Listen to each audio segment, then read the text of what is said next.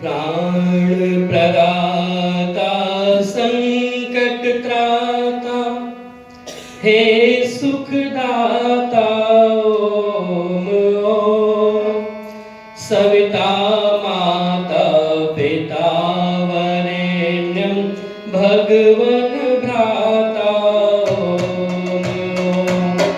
तेरा शुद्ध स्वरूप करें हम धारण धाता ओम ओम। प्रजा प्रेरित कर सुकर्म में विश्व विधाता ओम ओम। विश्व विधाता ओम ओम। हे मेरे परमात्मा शोध करो मेरी आत्मा। प्राणों का हो खात्मा सभी बने धर्मात्मा। हे मेरे परमात्मा शोध करो मेरी आत्मा। पापों का हो खात्मा सभी बने धर्मात्मा।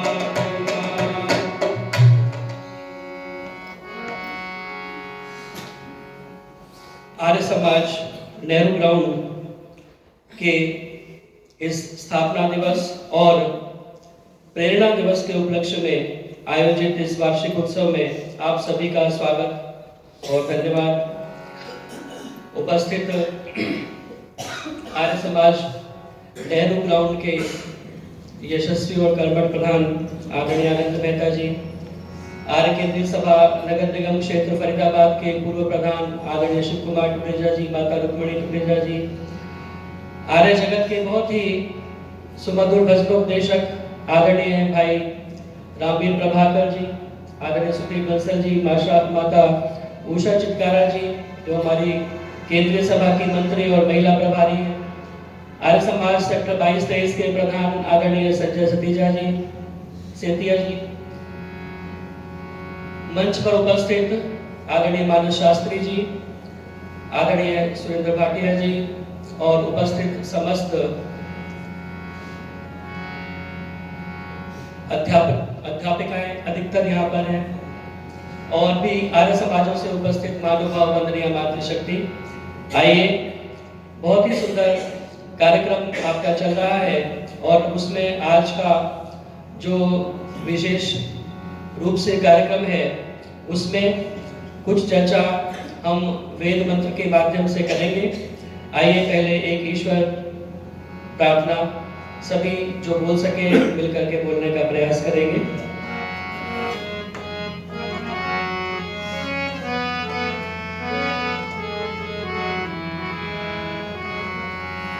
मुझको तेरा प्यार चाहिए, मुझको तेरा प्यार चाहिए, मुझको तेरा प्यार नहीं चाहिए कुछ धन दौलत, नहीं चाहिए कुछ धन दौलत, ना कोई अधिकार चाहिए, मुझको तेरा प्यार चाहिए, मुझको तेरा प्यार। ना मैं धरा धन धाम चाहता और ना कुछ आराम चाहता, ना मैं धरा धन धाम चाहता और ना कुछ आराम चाहता। द्रवित होठे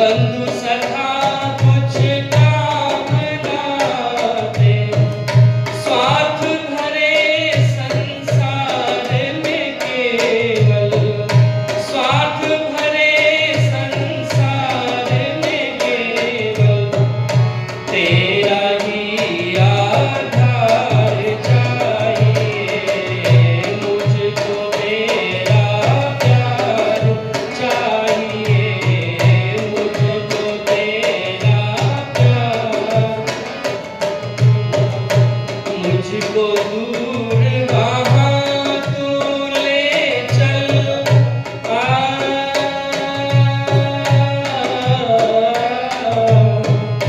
मुझको दूर वहाँ तू ले चल, होना जहाँ पर स्वार्थ कपट छल, मुझको दूर वहाँ तू ले चल, होना जहाँ पर स्वार्थ कपट छल, बहता जहाँ प्रेम पावन जल, बहता जहाँ प्रेम पावन जल, मुझको संसार चाहिए, मुझको तेरा प्यार चाहिए, मुझको तेरा प्यार।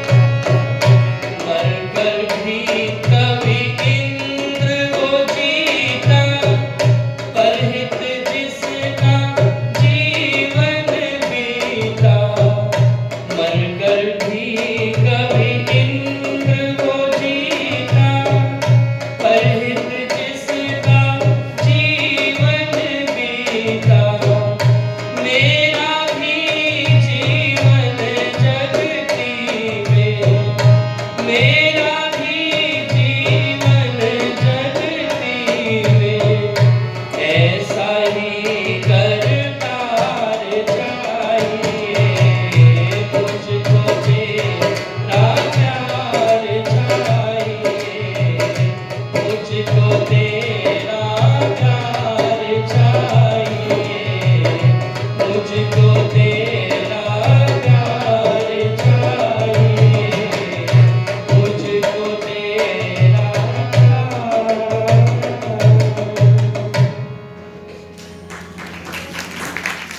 लाइव कहाँ पे आ रही है? लाइव आ रहा है? नहीं, लाइव नहीं है। रिकॉर्डिंग। तो देखो,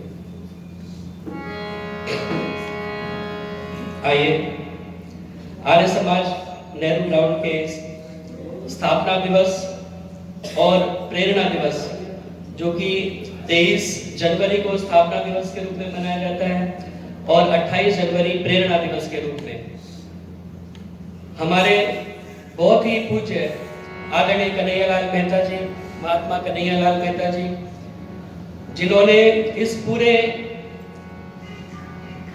शिक्षा के उपक्रम को प्रारंभ किया और ऐसे कठिन समय में प्रारंभ किया जबकि इस प्रकार की कोई सुविधाएं नहीं थी, और बहुत संघर्ष अपने जीवन में करके इस शिक्षा के कार्य को उन्होंने आगे बढ़ाया। पूरे फरीदाबाद में क्रांति की, शिक्षा की एक क्रांति उन्होंने फैला दी।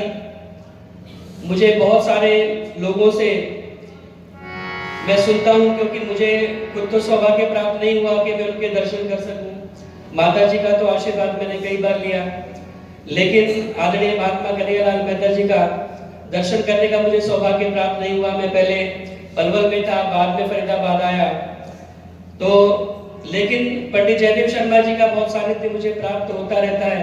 वो मुझे बताते भी रहते हैं कि कन्हैयालाल मेहता जी मोपेड पर चल करके और जगह जगह जाकर के शिक्षा का प्रसार करते थे। जो बच्चे फीस दे सकते थे वो फीस देते थे, जो नहीं भी दे सकते थे उनको बिना फीस के भी पढ़ाने का कार्यक्रम उन्होंने बनाया।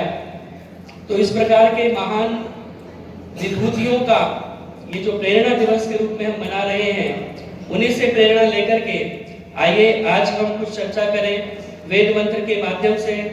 ऐसे महान लोगों के जीवन को जब हम देखते हैं तो हम अपने जीवन में उनसे प्रेरणा लें कि उनका जीवन किस तरह का था, हम अपना जीवन किस तरह का बना सकते हैं। तो उसी विषय को लेते हुए आज का जो वेद मंत्र मैं आपके समक्ष लेकर के आया हूं उसे मैं प्रस्तुत करूं। और एक डिस्क्लेमर पहले दे दूं कि मेरा गला खराब है, पीछे खांसी जुकाम होने की वजह से, तो बीच में कहीं कहीं ब्रेक भी लग सकता है, तो आप मेरे को थोड़ा सा बियर करेंगे। आप लोगों के बीच में से ही हूँ, मैंने वो ले रखी है कट सुधारवटी जब जरूरत हो। जी जी, क्योंकि मैं कोई विद्वान नहीं हूँ, मैं कोई गुरुकुल का पढ़ा हुआ शास्त्री भी नहीं हूँ, आप जैसा ही एक सामान्य व्यक्ति हूँ। और YMCA से मैंने इंजीनियरिंग की है, उसके बाद में एक जॉब में प्राइवेट करता हूँ।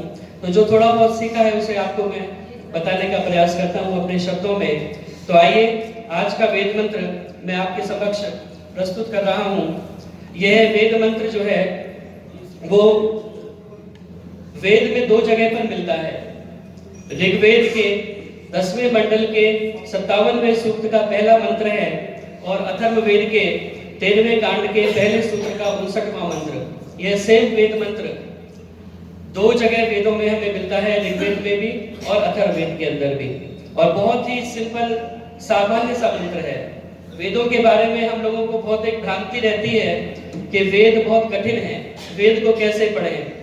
वेद को पढ़ना हर किसी के बस की बात नहीं है, लेकिन वास्तव में देखा जाए तो वेद जो है वो हमारी माता की वाणी है। हम कहते हैं ना, स्तुता मया वरदा वेद माता, हम वेद को माता कहते हैं। और माता की वाणी पुत्र के लिए समझ में ना आए ऐसी बात हो नहीं सकती। माता जो कहती है वो पुत्र को समझ में आता है, और पुत्र जो अपनी तोतली भाषा में या जैसी भी भाषा में बोले वो माँ को बात समझ में आती है सबसे पहले, किसी और को आए ना आए। तो इसीलिए जो वेद की भाषा है, जो वेद की वाणी है, वो हमें समझ में अवश्य आएगी यदि हम उसे समझने का प्रयास करेंगे। तो ये छोटा सा वेद मंत्र है, मां प्रगाम पथो वयम मां यज्जाद इंद्र सोमिना मांतस्थुर्नो अरादयः। यह वेद मंत्र है। और वेद में लगभग 20,000 के करीब मंत्र हैं। अलग अलग हम बताएं तो मैं एग्जैक्ट संख्या भी बता सकता हूं आपको, कल उसका विषय आएगा। वेद के अंदर लगभग 20,000 मंत्र हैं और इन 20,000 मंत्रों में से प्रत्येक मंत्र अपने अंदर बहुत सुंदर विचार लिए हुए हैं। और आपको पता होगा मंत्र कहते किसे हैं? मंत्र कहते हैं विचार को।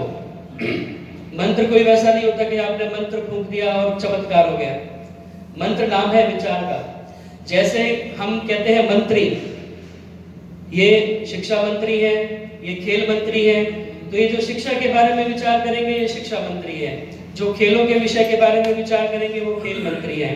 तो इसीलिए जो मंत्री होते हैं वो विचार करने वाले होते हैं, और मंत्र होता है विचार का नाम। तो मंत्र हमें कोई ना कोई विचार देता है। और ये भी विशेषता आप जान लीजिए कि मंत्र केवल वेदों के होते हैं। कोई और, अगर आप कहें रामायण के अंदर मंत्र है, वाल्मीकि रामायण में, आप कहें महाभारत में मंत्र है, आप कहें गीता में मंत्र है, कहीं और मंत्र नहीं होते। मंत्र केवल वेदों के ऋचाओं को ही कहा जाता है। और प्रत्येक मंत्र अपने आप में कुछ ना कुछ विचार लिए हुए है, जिसे हम अपने जीवन के अंदर धारण करें तो हमारा जीवन अच्छा बन सकता है।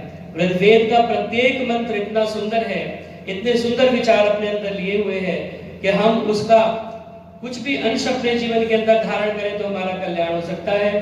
तो आइए, ये जो वेद मंत्र आज आपके समक्ष प्रस्तुत है, यह है मां प्रगाम पथो वयम मां यज्जाद इंद्र सोमिनः मांतस्थुर्नो अरातयः। इस वेद मंत्र के अंदर 3 चरण हैं। जैसे क्योंकि इसका जो छंद है वो गायत्री छंद है, और गायत्री छंद में 3 पाद होते हैं। आपने गायत्री मंत्र भी सुना है। ये जो छंद होते हैं, ये छंद कई छंद वेद के अंदर हमें मिलते हैं। गायत्री, पंक्ति, बृहति, जगति, त्रिष्टुप, अनुष्टुप इत्यादि बहुत सारे छंद वहां पर होते हैं। तो उसमें से ये जो मंत्र है ये गायत्री छंद के अंदर हमें मिलता है। और गायत्री छंद में हमेशा 3 पाद होते हैं, 24 अक्षर होते हैं। जैसे गायत्री मंत्र के अंदर भी 24 अक्षरी गायत्री मंत्र होता है। गायत्री मंत्र ओम भूर्भुवस्वः को निकाल दीजिए 3 गायत्रियां।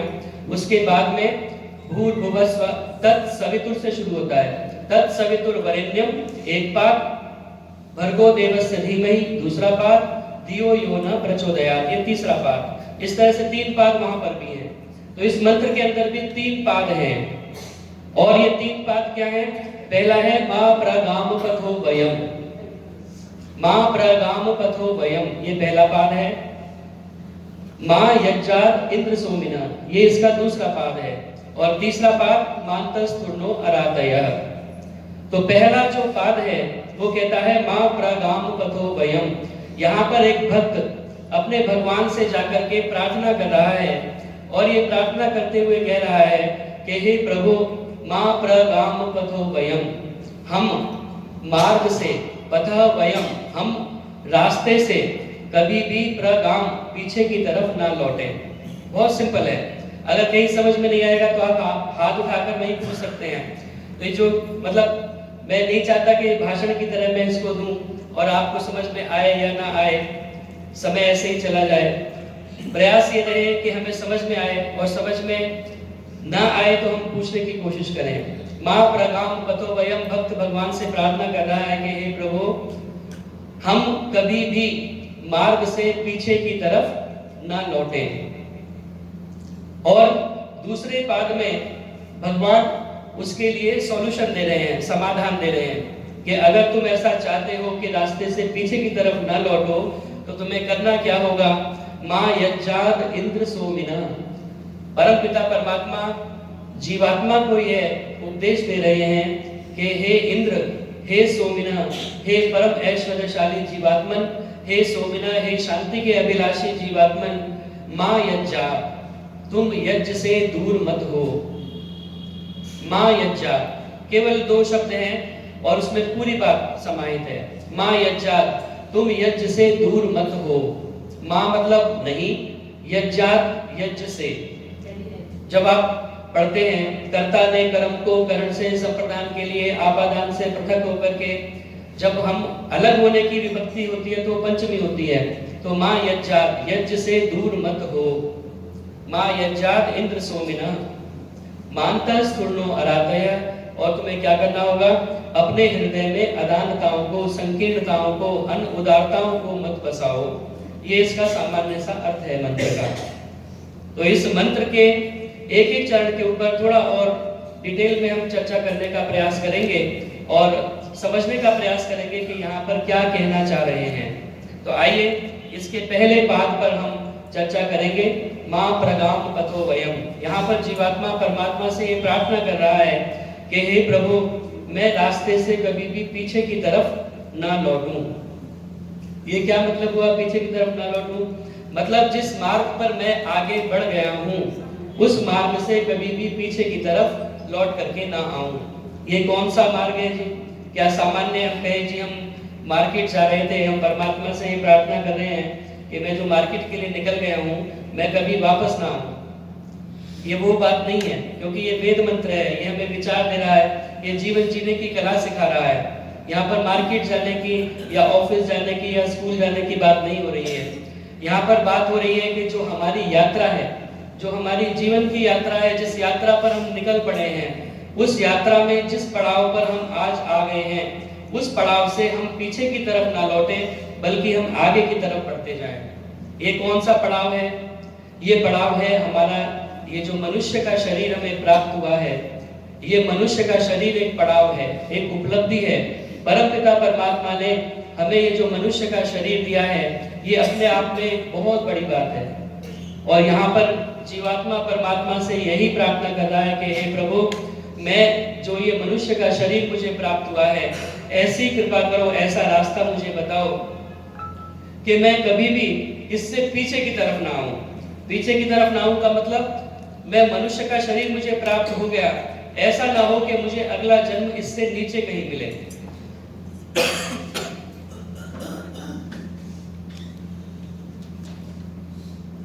क्योंकि कहते हैं कि योनियां 84 लाख योनियों की चर्चा हमारे यहाँ पर की जाती है। वैसे महर्षि स्वामी दयानंद सरस्वती कहते हैं कि योनियां असंख्य हैं, लेकिन फिर भी हमारे यहाँ पर ऐसा माना जाता है कि 84 लाख योनियां हैं। किसी ने गिनती नहीं की और अभी तक जो साइंस मान चुकी है लगभग 8.7 मिलियन स्पेसीज अभी तक डिस्कवर हो चुकी हैं। और वैज्ञानिक ऐसा मानते हैं कि अभी हमने केवल 20% स्पेसीज को डिस्कवर किया है, इसके आगे और बहुत कुछ मिलने के लिए बाकी है अभी। और 20% लगभग 86% जो स्पेसीज हैं अभी भी डिस्कवर होना बाकी है, ऐसा नेशनल जियोग्राफिक भी मानता है। तो हम चलिए चर्चा के लिए केवल इतना मान लेते हैं कि 84 लाख योनियां हैं, और 84 लाख योनियों में से ये जो मनुष्य का शरीर हमें प्राप्त हुआ है, ये सबसे उत्कृष्ट योनि है, सबसे श्रेष्ठ योनि है। इसीलिए हमें ये जो योनि प्राप्त हुई है वो बहुत ही सौभाग्य हमारा परमपिता परमात्मा की कृपा है, जिसके कारण हमें ये मनुष्य की योनि प्राप्त हुई है। और तुलसीदास जी भी कहते हैं रामचरितमानस के अंदर, बड़े भाग मनुष्य तन पावा, सुर दुर्लभ सद्ग्रंथ गावा। बड़े भाग मनुष्य तन पावा, सुर दुर्लभ सद्ग्रंथ गावा। साधन धाम मोक्ष फल द्वारा, पाई न जे परलोक संवारा।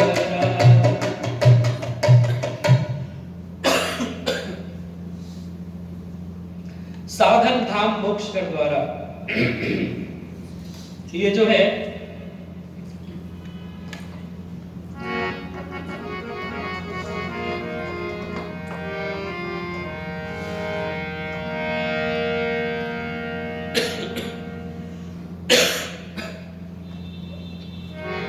बड़े भाग मानुष तन पावा, सुर दुर्लभ सद्ग्रंथ निगावा। तो ये जो 84 लाख योनियों में से बड़े भाग्य से हमें मनुष्य का जन्म प्राप्त हुआ है। इस घटना को ऐसे भी समझ सकते हैं कि एक बार एक अंधा व्यक्ति एक महल के अंदर बंद हो गया, और उस महल के 84 लाख दरवाजे हैं, और ये अंधा व्यक्ति एक हाथ में छड़ी लेकर के और एक हाथ से रास्ता ढूंढ रहा है। किसी ने उसको दीवार पकड़ा दी और ये कहा कि तुम इस दीवार को स्पर्श करते हुए चले जाओ, और जहां पे इसमें एक केवल खुला दरवाजा है, बाकी सारे दरवाजे बंद हैं। 84 लाख दरवाजे उस महल के हैं, केवल एक दरवाजा खुला हुआ है, बाकी सारे दरवाजे बंद हैं।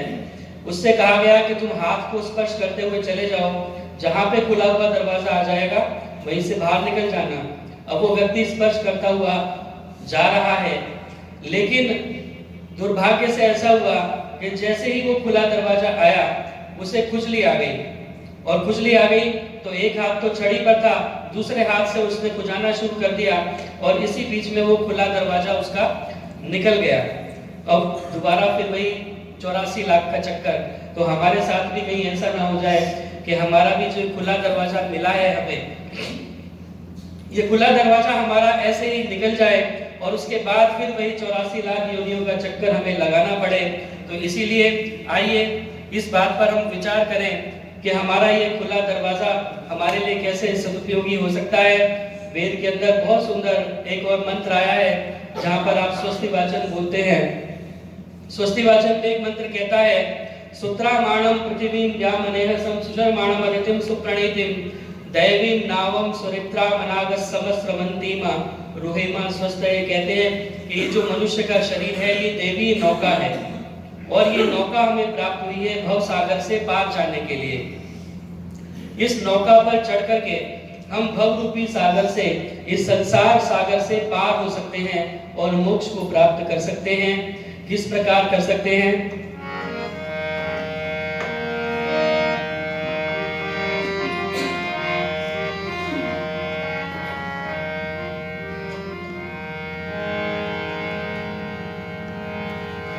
ईश्वर का गुणगान किया कर,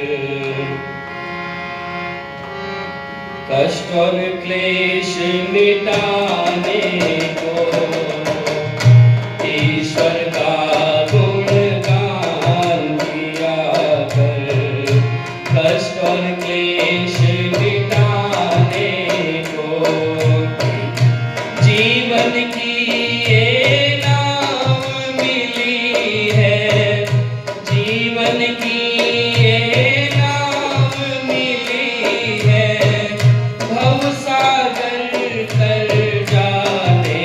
को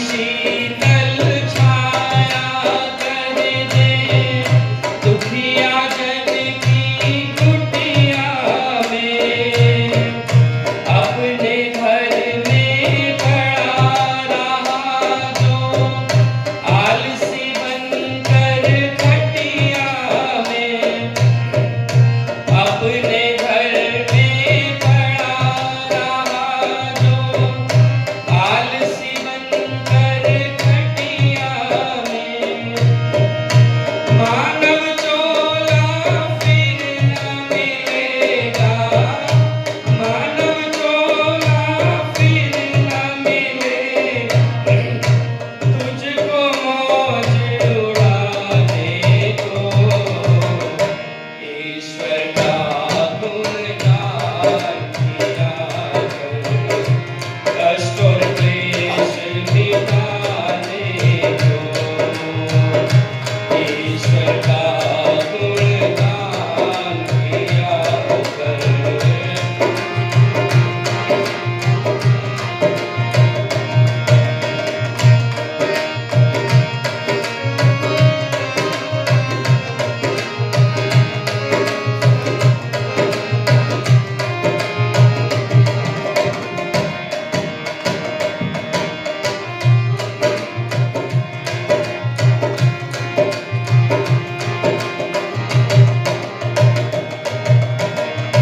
परमेश्वर का भक्त वही जो शुभ गुण जीवन में धारे, परमेश्वर का भक्त वही जो शुभ गुण जीवन में,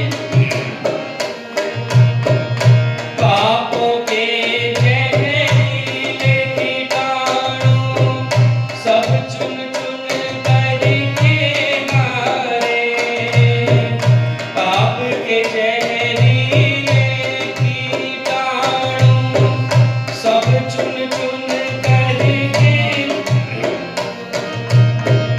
हंस तेरा मन मंदिर है, हंस तेरा मन मंदिर है, भक्ति की ज्योत जलाने को, ईश्वर का गुणगान किया कर, कष्ट और क्लेश मिटाने को, ईश्वर का गुणगान किया कर।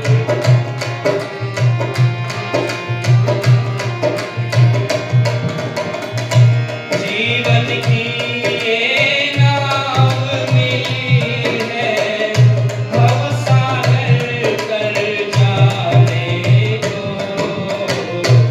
ईश्वर का गुणगान किया, कष्ट और क्लेश मिटाने को,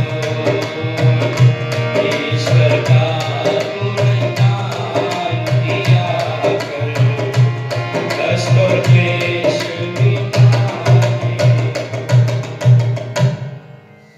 ईश्वर का गुणगान किया कर, कष्ट और क्लेश मिटाने को, जीवन की ये नाव मिली है भवसागर तर जाने को। पुनरपि जन्मम पुनरपि मरणम पुनरपि जननी जठरे शयनम, ये जो हमारा जीवन मरण का क्रम चलता रहता है, इसको पार करने के लिए, मोक्ष की प्राप्ति के लिए हमें ये दैवी नौका प्राप्त हुई है। और कुछ पंक्तियां मैंने लिखी थी कि मानव का चोला मिला अनायास नहीं हमें, जन्म जन्म के ये शुभ कर्मों का प्रभाव है। मानव का चोला मिला अनायास नहीं हमें, जन्म जन्म के ये शुभ कर्मों का प्रभाव है। जाति आयु भोग कर्मों के अनुसार देता, न्याय और दया का उसका सहज स्वभाव है। सुदृढ़ सुडौल संचालित सुनीति से, दिव्याभायुक्त जिसमें छिद्र है न श्राव है। भव रूपी सागर से पार जाने को जितेंद्र, प्रभु ने प्रदान की हमें ये दिव्य नाम है। प्रभु ने प्रदान की हमें ये दिव्य नाम है। ये जो दिव्य नौका हमें प्राप्त हुई है, ये परमपिता परमात्मा ने भव रूपी सागर से पार जाने के लिए प्राप्ति हमें कराई है। और इसको प्राप्त करके भी अगर हम सचेत नहीं होते, अपने जीवन का सदुपयोग नहीं करते, तो हमारी स्थिति उस एक व्यापारी की तरह हो जाती है जो एक बार व्यापार करने के लिए निकला था और झोली में बहुत सारे रत्न उसने भरे हुए थे। सोचा था व्यापार करने जाऊंगा, रत्नों को बेच करके कुछ कमाऊंगा, आकर के अपने परिवार को अच्छे प्रकार से चलाऊंगा। तो जब निकला झोली में रत्न भर करके, रास्ते में एक भांग का वन मिला, और भांग का वन मिला, फिर क्या हुआ, उसे नशा चढ़ गया। और नशा चढ़ गया तो नशे में अपने झोली के रत्नों को उसने फेंकना प्रारंभ कर दिया। कुछ उसे बंदर दिखाई दिए जो कि नकलची बंदर भी कहते हैं, तो वो भी उसकी तरफ कंकड़ उठाकर फेंकने लगे। तो उसने भी उनको देख करके और तेजी से अपने रत्नों को फेंकना प्रारंभ किया। शाम ढलते ढलते जब तक नशा थोड़ा ढीला हुआ, तब तक उसने देखा कि अपने झोली के सारे रत्नों को वो फेंक चुका है। लेकिन अब पछताए होत क्या, जब चिड़िया चुग गई खेत। अब पछताने से कुछ होगा नहीं। आए थे फूल चुनने हम बागे हयात में, आए थे फूल चुनने हम बागे हयात में, दामन को खारजार में उलझा के रह गए, बर्बाद यूं ही कर दिए बरके किताबे जिंदगी, कुछ हमी ने फाड़ डाले कुछ हवा में उड़ गए। उम्रे दराज मांग कर लाए थे 4 रोज, उम्रे दराज मांग कर लाए थे 4 रोज, 2 आरज़ू में कट गए 2 इंतजार में। ये सारा जीवन हमारा इसी प्रकार व्यतीत हो जाता है और अंत में हाथ कुछ नहीं आता। ये जीवन हमारा पूरा यूं ही बर्बाद चला जाता है। इसीलिए कहा कि जो रास्ता हमने यहाँ तक हम पहुँच गए, जिस मंजिल तक हम पहुँच गए हैं, जिस मनुष्य के शरीर को हमने प्राप्त कर लिया है, महाभारत में कहते हैं व्यास जी, गुह्यम ब्रह्म तदिदम ब्रवीमि नाहि मनुष्यात् श्रेष्ठतरं भी किंचित। कहते हैं कि इस मनुष्य के शरीर से श्रेष्ठ और कुछ नहीं है संसार के अंदर। ये जो मनुष्य का शरीर हमें प्राप्त हुआ है, तो कम से कम हम इतना प्रयास जरूर करें कि जो अगला जन्म है, अगर हम इस जन्म में मोक्ष को प्राप्त नहीं कर पाते, तो कम से कम इतना तो हो कि जो हमारा अगला जन्म है वो हमें मनुष्य का मिले। ऐसा ना हो कि हम पीछे की तरफ चलना जो है वो प्रारंभ कर दें। इसीलिए प्रार्थना की गई कि मां प्रगाम पथो वयम, हम कभी रास्ते से पीछे की तरफ ना लौटे, हम जिस मार्ग पर आगे बढ़ गए हैं उस मार्ग पर आगे की तरफ बढ़ते जाएं।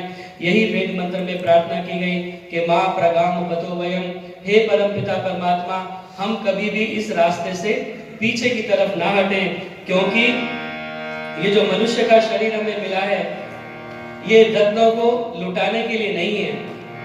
और एक गीत और मुझे यहाँ पर स्मरण आता है, ये नर्तन जो तुझको मिला है ये लुटाने के काबिल नहीं है, ये नर्तन जो तुझको मिला है ये गंवाने के काबिल नहीं है, तेरा हर श्वास अनमोल हीरा यूं लुटाने के काबिल नहीं है, ये नर्तन जो तुझको मिला है।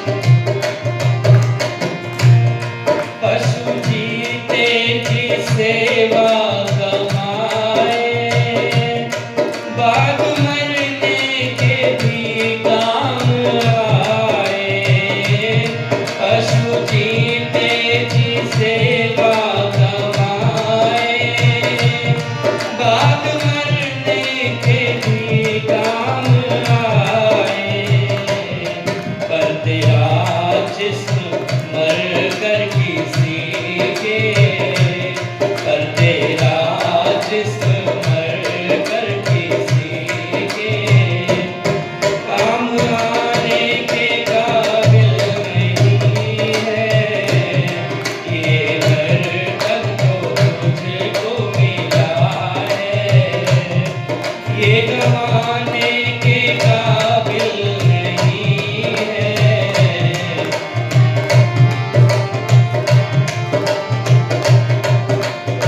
कहते हैं कि पशु जीते जी बाद मरने के भी काम आए। परोपकार शून्यस्य धिग मनुष्यस्य जीवनम जीवंतु पशवा येषाम चर्मापि उपकरिष्यति। कहते हैं कि पशुओं की कम से कम खाल तो मरने के बाद किसी काम आएगी, लेकिन हमारा कुछ भी काम आने वाला नहीं है। हालांकि आजकल आप मरने के बाद अपने शरीर को भी अच्छे काम में लगा सकते हैं। आप अपने शरीर को देह दान कर सकते हैं।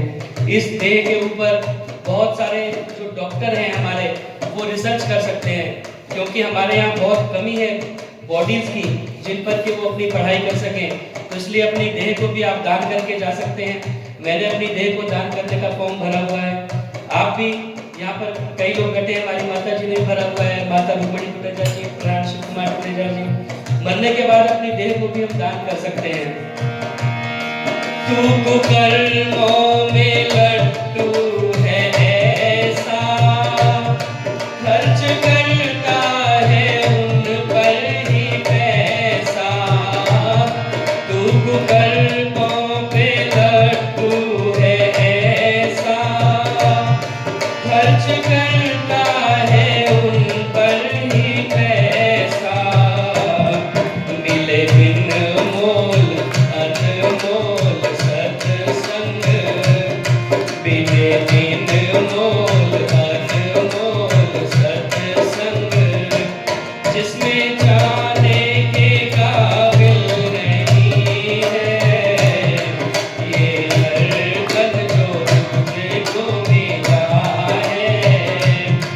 ये जाने के काबिल नहीं है, ये धड़कन जो तुझको मिला है।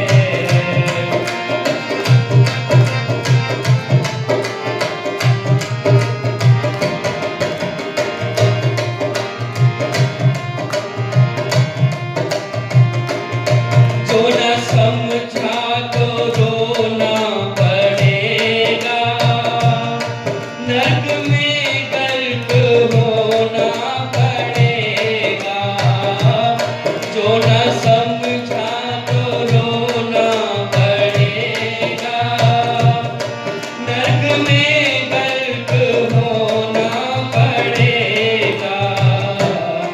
तेरा होगा बुरा हाल ऐसा, तेरा होगा बुरा हाल ऐसा, जो बताने के काबिल नहीं है। ये धड़कन जो तुझको मिला है, ये गंवाने के काबिल नहीं है। तेरा हर श्वास अनमोल हीरा, यूं लुटाने के काबिल नहीं है। ये धड़कन जो तुझको मिला है, ये धड़कन जो तुझको मिला है। ये नर्तन जो तुझको मिला है, ये गंवाने के काबिल नहीं है। तेरा हर श्वास अनमोल हीरा, ये लुटाने के काबिल नहीं है। तो इसलिए आइए प्रत्येक श्वास पर ये विचार करें कि कहीं हम अपने जीवन को व्यर्थ तो नहीं गंवा रहे। हम अपने जीवन को क्या उपयोग में लगा रहे हैं, अपने जीवन का उपयोग हम किस प्रकार कर रहे हैं। क्या हम अपने लक्ष्य की तरफ आगे बढ़ रहे हैं, कहीं हम मार्ग से पीछे की तरफ तो नहीं जा रहे।